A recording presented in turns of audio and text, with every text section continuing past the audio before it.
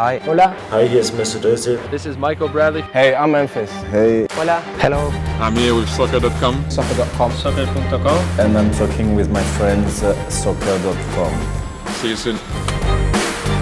Hey guys, Josh from SoccerReviewsForYou.com, bringing you my review plus on-feet video of the brand new Adidas Ace 17.2 Prime Mesh in the Red Limit Pack colorway. Now keep in mind that being that this is a takedown model, they do not come with any extras at all. All you get in the box are the shoes themselves. And of course, here is a look at the Ace 17.2 Prime Mesh. The first takedown model in the new Ace 17 lineup. Retail is $130 US, so it is $70 less than the closest top-end model above it, which is a pretty significant price difference. But with that said, this is a very different shoe than what you're going to get from the higher-end models, most notably the 17.1 Prime Knit, which is a shoe that obviously has a similar look, but a very different design in regards to the materials used and certain performance elements where it's really difficult to compare the two, looks aside, if that makes any sense. So of course, in today's video, we're going to go over all of the details in regards to tech specs, performance qualities of the shoe, the weight, of course, as well as how these things fit and feel on feet. So if you are interested in learning a little bit more about the 17.2 Prime Mesh from the Ace 17 line, please stick around, watch the entire video. If you're interested in a pair of these for yourself, there'll be a little pop-up on screen, or you can click the first link down below. That'll take you to the review page on my website where you'll find buy it now links with exclusive SR4U coupon codes, where you'll be able to pick these up below their normal $130 retail price. So again, if you're interested in a pair, a little pop-up on screen, first link down below, go ahead and check it out. And with that being said, let's get right into the review. To start things off, let's talk tech specs. Now, what's a little bit deceiving about this particular shoe is the Prime Mesh in the name, given the fact that there's not a lot of mesh to the overall construction. At least with the 16.2 Prime Mesh Ace model, the upper was a mesh base. That's what Prime Mesh essentially means. It's a mesh-based synthetic material. This time around, you have two different synthetics, one being this black part at the toe, where you can see it does transition into what is somewhat of a mesh base. You can see it there within the actual material itself below this polyurethane top layer, but there's a lot of synthetic material on the inside, and of course you have the neoprene filling in the middle and the mid-cut aspect of the upper. So none of this really feels like mesh in my opinion. The black part here at the front is a vamp that is supposed to be Prime Mesh. That's how it's listed in the tech specs, but doesn't, again, feel like mesh in my opinion. It doesn't feel like mesh from the outside, and internally, there's really no mesh sensation either. Based on what I can tell, this is a synthetic material. There might be one single layer of mesh somewhere in there, but again, it's nothing that you necessarily feel. This just comes across as kind of a mid-level type synthetic in regards to quality, with this interesting kind of linear texturing that they have going on here that isn't super noticeable when you actually make contact with the ball. So that's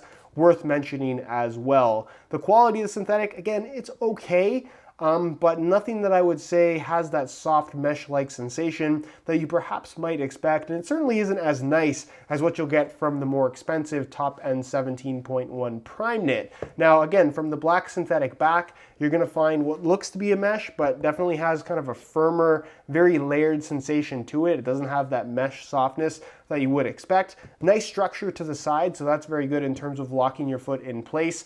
The overall material itself, I would say, is very structured across the entire upper, so it doesn't feel flimsy on your foot by any means.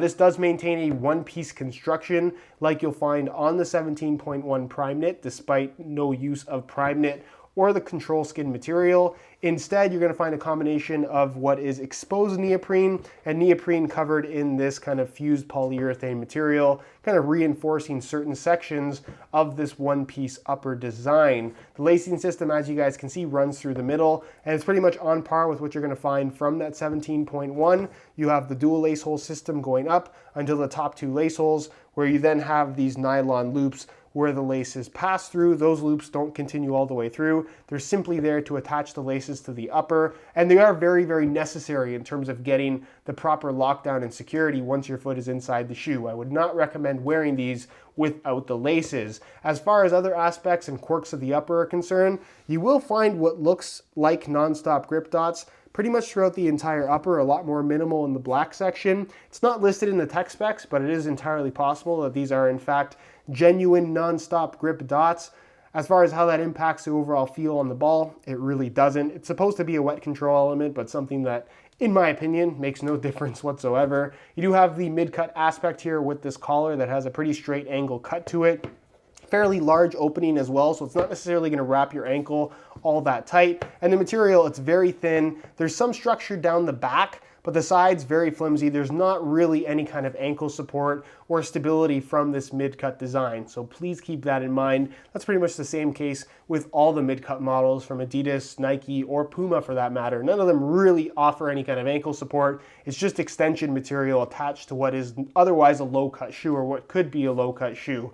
So definitely worth noting. You get the pull tab on the back, which helps with putting the shoes on and taking them off. Internally, you're going to find a synthetic suede liner with a decent amount of padding, which is actually quite nice. Insole, fully removable, features a mesh liner on top, perforations through the front 2/3, and it's just a single layer of this black foam. Nothing too fancy, but it does get the job done. And then, of course, what's noticeably absent in comparison to the high-end models is the external heel counter. Here it's completely internal, and you don't get a sprint frame. It's a standard TPU plastic sole plate that does weigh a fair bit more and has some good flexibility to it. I would say that this is arguably a little bit more flexible than what you're going to find from the sprint frame, but also a thicker material. And of course, you do maintain the same stud pattern, where the studs actually look and feel a little bit shorter than what you're going to find on the higher end models as well. Of course, this being an FG-AG stud pattern. So if anything, I would say this layout is a little bit better suited for use on artificial grass than the higher end models just because of the shorter studs, but it does get the job done on both natural and artificial playing surfaces nonetheless. So overall, for $130, the quality of the shoe is okay. It's definitely not anything groundbreaking at this particular price point. And as I've always said on my channel, especially at $130 full retail for this shoe, explore all of your options, because for 130 bucks or even a little bit less than that, it's very, very likely, if not 100% certain, that you can find multiple different options of high-end models, perhaps older colorways or older models that are going to be much better quality, much better performing products, again, at the exact same price point. So don't necessarily settle on the latest takedown models for full retail. Take a look at what's on sale, because you can very likely get an older top-end model or an older colorway of a current top-end model at the exact same price, and it's going to be a better shoe overall. In regards to weight, I thought we would compare the 17.2 Primemesh to the 17.1 Prime Knit, the top-end model, to see if there's any significant weight difference between the two, given the slight design similarities. So keep in mind that these are both in brand new condition and both the exact same size 9 US. We'll start off with the top-end 17.1 Prime Knit, throw it on the scale, and you can see that they weigh in at a relatively light weight, 7.35 ounces, the equivalent of 208 grams. So remember those numbers. We'll change the scale back to ounces, pull these off, and we'll throw on the 17.2 Primemesh, and you can see that they weigh in at significantly more, 9.6 ounces, the equivalent of 273 grams. So there is over 2 ounces more weight here with the 17.2 Primemesh. This has somewhat to do with the upper itself just being thicker materials and bulkier in general, but the majority of that weight gain is in the actual sole plate, this not being a sprint frame construction, which is going to be a lot lighter. So again, you're not necessarily getting the exact same thing with the 17.2 Primemesh and the 17.1 Prime Knit, despite the two shoes looking very similar. And I guess if you want a lightweight feel in general, while 9.6 ounces isn't heavy, it certainly isn't going to provide as lightweight a feel as what you'll get from the higher end product. In regards to aesthetics and the overall colorway, I think the shoe looks pretty cool. I definitely will say that. The combination of the black, red, and white for the first Red Limit Pack colorway, I think is a really good color combo on pretty much any shoe. The black at the toe transitioning into the black at the sole plate, and then the red throughout the rest of the upper. You have the black and red speckled laces, the white Adidas stripes with the black outline, the Adidas logo there, the Ace logo on the medial side, and then one more Adidas logo here on the back pull tab. Again, I think it's a pretty good looking shoe. It does look like a takedown model, I'll say that, but it doesn't necessarily look cheap, which I think is the main concern for most takedown models. So I'll definitely give it that amount of praise in that, again, it doesn't look like a cheap shoe, which is important if you're going to be spending any significant amount of money on any shoe for that matter. You want it to look the part, and I think to a certain extent, these definitely do look the part. So let me know what you guys think down below in the comment section. Do you like how these look? Why or why not? And with that being said, let's move on to the on-feet portion of the video so we can get a better idea as to how these shoes fit, feel, and of course, what the sizing is like. So here is a look at the Adidas Ace 17.2 Prime Mesh on feet. On my left foot, I have the stock black and red laces that come with the shoes. And on my right foot, I have a pair of black and white Crackle SR4U replacement laces. If you're interested in a pair of replacement laces for yourself, the website to go to is www.sr4ulaces.com. There'll be a little pop-up on screen as well as a link down below in the description that'll take you directly there. So if you're interested in a pair, be sure to go ahead and check that out. Now, in terms of how these things fit and feel out of the box, they're a little bit stiffer than I think you might expect based on how they feel in hand. The material at the front, what is supposed to be the Prime Mesh, doesn't, again, feel like mesh at all. It feels like a synthetic material that has some flexibility to it, but at the same time is a lot firmer than, again, the in-hand feel would suggest. You also really do notice a lot of stiffness from the transition point where it goes from the black part to the red part where it changes synthetics. That's a little bit of a pinch spot on the inside of the shoe.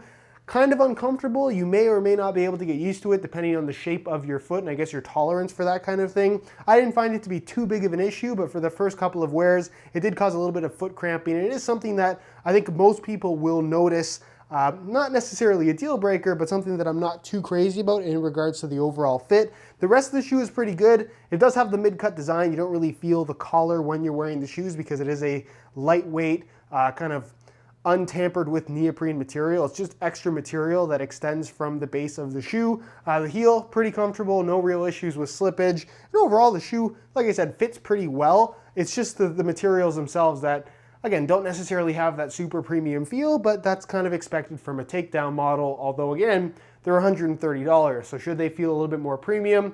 I would argue yes. As far as the overall width of the shoe is concerned, it does have a pretty high volume fit in the toe box area, although the shoe itself isn't overly wide. So if you have really wide feet, probably not the best option for you, but for the most part, I think they'll fit most people as long as you don't necessarily need the shoes to stretch a lot. And as far as sizing is concerned, I'm wearing my usual size 9 US here, and the fit and the length is absolutely perfect. So if you are looking to order a pair of these for yourself, I would strongly recommend going true to size in order to achieve the best possible fit. All right, guys, that's it for my review of the Adidas Ace 17.2 Prime Mesh. If you're interested in a pair of these for yourself, you can either click the little eye in the corner of the screen or the first link down below. That'll take you to the review page on my website where you'll find buy it now links with exclusive SR4U coupon codes where you'll be able to pick these guys up below their normal $130 retail price. If you have any questions regarding this shoe, leave them down below in the comments and I definitely will get an answer out to you. If you enjoyed today's video, found it helpful and informative, be sure to support the video with a like. Subscribe if you haven't already for daily videos on all the latest and greatest soccer gear. You can find all of my social media information linked down below in the description as well. And other than that, guys, hope you enjoyed today's video. And as always, thanks for watching.